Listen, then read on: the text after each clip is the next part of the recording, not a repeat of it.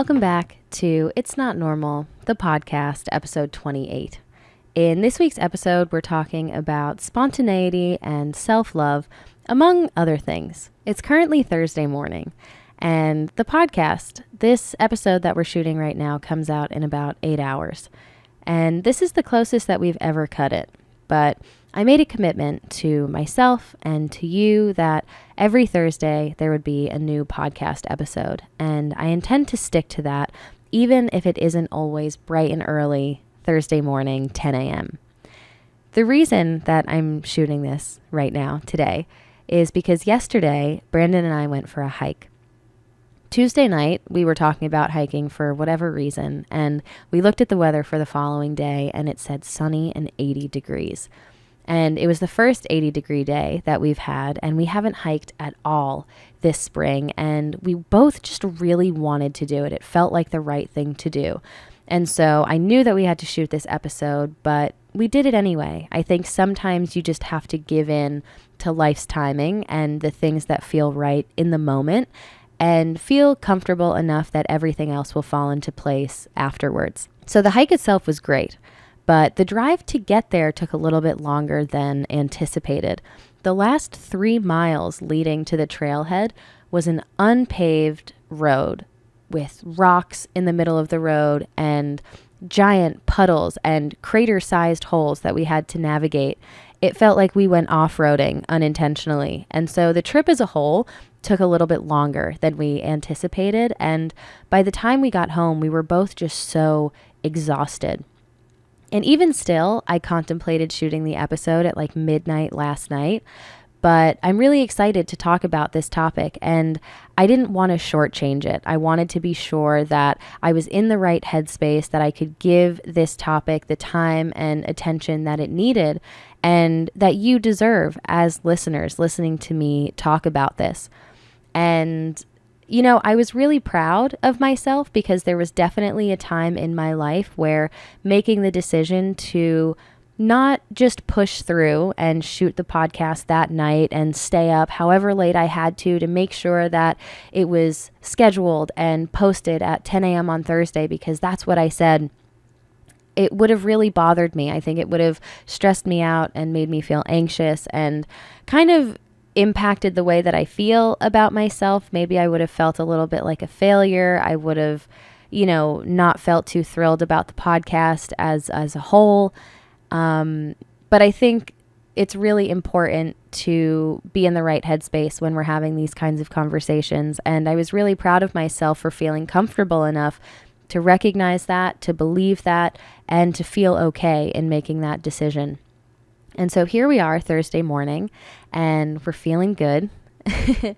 I think, this is a great opportunity, this experience as a whole, just kind of delaying this a little bit, to remind not only you, but also myself that it's okay to not always get everything done in the time that you want to or that you plan to.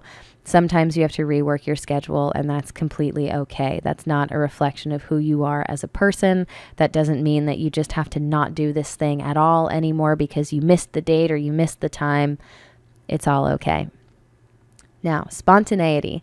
This hiking trip was a bit spontaneous, and spontaneity is something that at times has been challenging for me, but I think I'm always willing to push through the discomfort that spontaneity sometimes causes me, because I believe that it's important to embrace change and to allow space in your day, in your schedule, for things to happen that you might not have anticipated.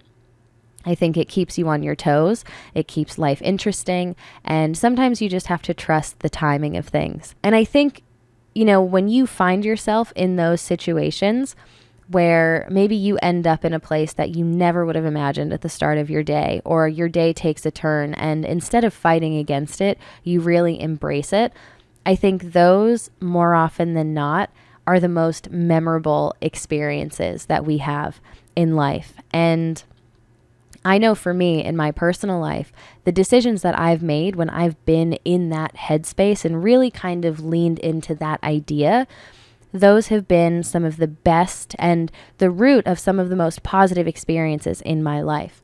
And that's what life is, right? It's a collection of moments and experiences, and we get to decide what those are. We have that power to one extent or another. That being said, I get so caught up in the things that I feel like I have to do or I should be doing that I feel a sense of responsibility to get those things done before I allow myself to do anything else, especially if it involves spending a significant chunk of my time, of my day as a whole, or spending money. And that can be as simple as filling up my tank because it's a far drive wherever it is that I'm going. All of these things contribute to the guilt that I feel when I do something that I want to do, all the while I know that there are things that I have to do that I haven't done yet, if that makes sense. I'm working on it. I'm not entirely there, but we're taking the steps, we're getting there. And I think part of trying to figure out why I feel this way and kind of letting go of that is coming to terms with this idea that I don't think there will ever be a time in my life when I feel completely content and accomplished. I don't think I will ever have taken care of all of my responsibilities and checked every single thing off of my to-do list so that now I'm just free to do whatever it is that I want without any guilt or responsibility. I don't think that's realistic. I think there are always going to be things that I want to get done. There are always going to be things that I need to get done. There are responsibilities that I will have. I'm a human being. I'm an adult. It's all part of it. And so I'm starting to realize that I have to be the one to free myself of that guilt. I have to figure out what balance in my life looks and feels like for me, and then unapologetically allow myself to do the things that feel right. And that's a process because I'm still figuring out who I am, what I like and what I don't like. I'm still learning how to trust myself and my decisions and my intuition. It's not something that happens overnight. I think it takes a lot of time and practice, especially if you grew up not prioritizing those things. It's really hard to kind of look inward and to not hold yourself to these imagined expectations that we think other people have for us, and instead define what's important to us in our own lives and to feel confident making those decisions and executing those ideas. And that all kind of ties into what really inspired this week's episode. I had a completely different topic planned out, not gonna lie, but a couple of nights ago, I had a bit of a moment and I felt really compelled to share it with you. It felt like a breakthrough.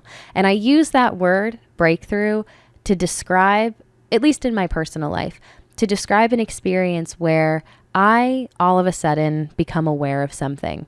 I look at something through a different lens, maybe in a new light, that offers me a bit of clarity in defining myself and my experience and better understanding that. Maybe something that at one point in my life caused me a lot of stress and anxiety just doesn't anymore.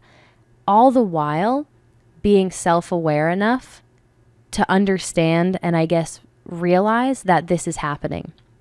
Taking note of this feeling as you're feeling it. I guess that also kind of comes into play here. And I've had quite a few of these breakthrough type moments since moving out of my parents' house, even before I started to really dive into mental health and learning more about emotional immaturity and the long-term impacts that can have on you. I remember, having some of those moments and just feeling a lot more confident, like I was more capable, like I had a better sort of well-rounded understanding of who I am and my thoughts and my emotions. And these moments always feel kind of like epiphanies.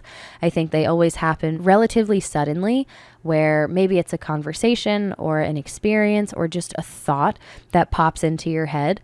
And it's such a great feeling because I feel like I've healed a part of myself when I experience this. It's like I'm recognizing the end of a chapter And now that I'm here, I can look back on it. I'm no longer in the thick of it where I don't fully understand what this is or where it comes from or how to heal it. I have this changed perspective. And now it's like I can close that portion of my life that was maybe really difficult, that at one point maybe I didn't even know was there, or I didn't have the tools to process, and use what I've learned to now move forward. I can put those things into practice in a healthy way, and this negative thing will no longer dominate as much of my thought process as it once did. And that might be consciously or subconsciously. What we're talking about today, this sort of breakthrough moment, I think it was very subconscious. It was affecting me on a subconscious level. And so Tuesday night, I'm standing in my bathroom and I'm looking at myself in the mirror. And Tuesday, all day, I had my hair up in a ponytail. And that was the first day in probably 4 years that I was actually able to put all of my hair up into a ponytail, and it stayed the whole day, which might not sound like a big deal, but I would say for at least 98% of my time in elementary school, from, ages 4 to 13, my hair was in a ponytail. I was such a tomboy. I was like uncomfortable having my hair in my face. I didn't know what to do with it. And so I would tie it back daily. And I haven't been able to do that in the last 4 years, ever since I cut it. And so I was just looking at myself, and I felt really cute, and I felt really happy. And rather than just dismissing it and kind of moving on from that moment like it was no big deal, I allowed myself to just sit in that moment and to show myself love in a way that I didn't even realize I wasn't doing until that night. I think I've entered the forgiveness stage of healing. And I don't know, healing is not a linear journey by any means. It is such an individual process, and there aren't really any concrete steps to follow. I think it's going to take you on whatever path necessary to get you to where you want to be. And it's really impossible to predict all of the different emotions or thoughts or experiences that you might encounter along the way. It's very much just kind of buckle up and go for the ride. And I don't want to say hope for the best, but it's like once you're in it, you're really in it. And it can be really hard sometimes it can be inconvenient, it can be stressful, it can be overwhelming, isolating, all of these different things. But that is what healing is for me anyway, I think, is facing these things as they come. It's not denying the existence of them. It's not being scared of them. It's staring them in the face and making a concerted effort to understand them so that you can better yourself as a person. And so the other night, I feel like I realized that for a long time, for these last 5 years, part of me has been made to feel like I need to be forgiven based on my parents' reactions to me and the decisions that I've made. I don't know what my parents' true feelings are beyond what they've said to me or shown me. I feel judged by them and rejected by them, though, for who I am as a person, for my preferences, for the things that I consider to be important in my life and the way that I want to live my life, my values. And I think that their disapproval has made its way into my mind, and it's affected the way that I think, the way that I view myself and talk to myself. I think maybe even sometimes the way that I carry myself. And I don't think I realized until Tuesday how much my ability to love myself and to show myself kindness and compassion and all of these things was rooted in my parents' approval. Losing that, especially as someone who thrived on approval throughout my childhood, I was an overachieving student. I was always taught to respect authority, whether that was teachers or other adults in my life. I would always do what I was told. And when I received that approval and that positive reassurance, you got 100 on a test, you won this award, you made the team, those were all things that informed how I felt about myself as a person.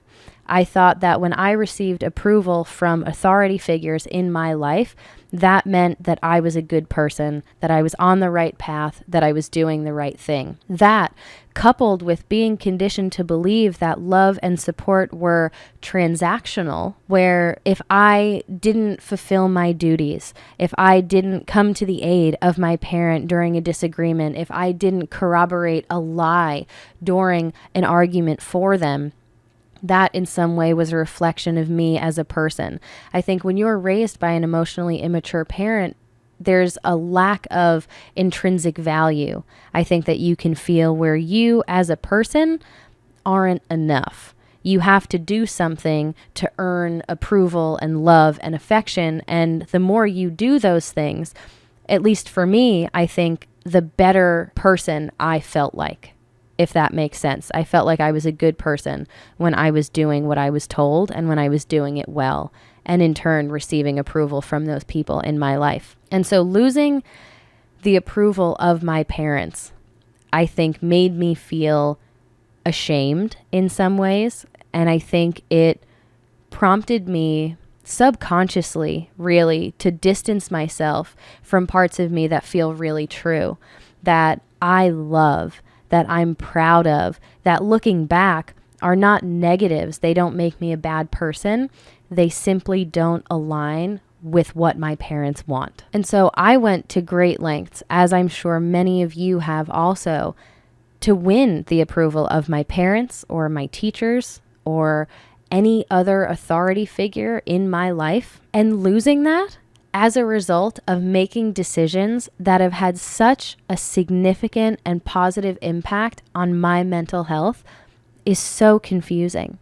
I remember talking with my parents and posing the question, if I was in an unhealthy relationship with an emotionally abusive partner and they were saying and doing all of these things to me and they wouldn't listen to me and they wouldn't change, would you want me to stay in that relationship? Do I deserve to be treated that way? And so I moved out, and that changed my life. Removing myself from an unhealthy environment allowed me the time and space to start to get to know myself and to start to heal. And so that was a really positive change, I would say. That was a decision that took a lot of strength and confidence and faith. And I'm really proud of myself for doing that. But I know that if I were to talk to my parents about that, they wouldn't have the same view of that I do. And so when you lose the approval and the support of your parents as a result of making a decision that really positively impacts so many other aspects of your life, it's a whirlwind of emotions that I think impacts you in ways that you might not even suspect. And so, the other night after feeling all of this, my thoughts were just flooded with just unapologetic self-love. I was writing in my journal, and everything that I was thinking and feeling, I was like, I can love myself. I should be confident. I'm a good person. And, it wasn't in a cocky or self-centered way, but I was really feeling like I should be about me. I should love the person that I am, and I'm allowed to be confident in who I am and the decisions that I make and the way that I choose to live my life. And it was such a moment. It was such a realization that I didn't even realize that for so long, some of these really small decisions that I would make throughout a day, that, I would do something or I would say something or I would choose to wear something, and I would feel guilt or shame or maybe like I shouldn't be doing this, even though it's really true to me. I think it informed a lot of that for me without me even realizing it. And now that I've kind of had this epiphany about this aspect of my life and the way that I feel about myself, it's so clear where a lot of those feelings were coming from. I feel like I can trace them back to specific instances that had more of an impact on me than I knew at the time, and that I knew until a couple nights ago. It's kind of like a voice inside my head, but it's not my own voice. It's my parents' voice. And I've experienced that in the past, but in different ways, where I guess I would say or do something that I knew they wouldn't agree with, and it was very obvious where that negativity was coming from in my own inner monologue.